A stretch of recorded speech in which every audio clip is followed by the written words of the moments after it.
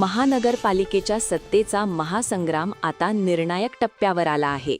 जळगाव महानगरपालिकेच्या निवडणुकीसाठी आजपासून उमेदवारी अर्ज भरण्याच्या प्रक्रियेला अधिकृतपणे सुरुवात झाली आहे. 30 डिसेंबरपर्यंत अर्ज दाखल करण्याची मुदत असल्याने आगामी 7 दिवस स्थानिक राजकारणात कमालीची धामधूम पाहायला मिळणार आहे. निवडणूक प्रक्रिया पार पाडण्यासाठी प्रशासकीय यंत्रणा सज्ज झाली असून महापालिकेच्या इमारतीला पोलीस छावणीचे स्वरूप आले आहे. आम्ही आता महायुतीचे प्रयत्न आहे झाली व्यवस्थित तर ठीक आहे.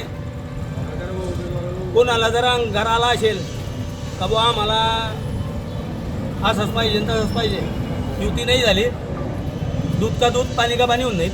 जर विचार केला तर या नगरपालिकेच्या निवडणुकीमध्ये भारतीय जनता पार्टी मोठा भाऊ राहिलेला आहे. आगामी काळात काय चित्र असू शकतं, काय वाटतं आपल्याला? मोठा भाऊ राहिलेला आहे. जिल्ह्यात शिवसेना हा सर्वात मोठा पक्ष म्हणून भरलेला आहे. जिल्ह्यामध्ये सर्वात मोठा पक्ष जिल्ह्यात शिवसेनेचा आहे.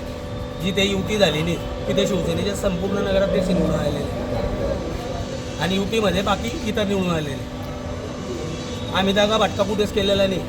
पहिल्या दिवसात त्यांनी फॉर्म घेतला, सकाळी लवकर आलो, फॉर्म घेतला, गर्दी होऊ नये म्हणून फॉर्म भरायला. आता तो भरून 1 ते 2 दिवसामध्ये कागदपत्र जोडून तो सबमिट करायचा आहे. सेवानिवृत्त अधिकारी असल्यामुळे बराचसा कामाचा अनुभव आहे आणि त्याचा फायदा जनतेला आणि व्हावा या हेतूने मी उमेदवारी करीत आहे.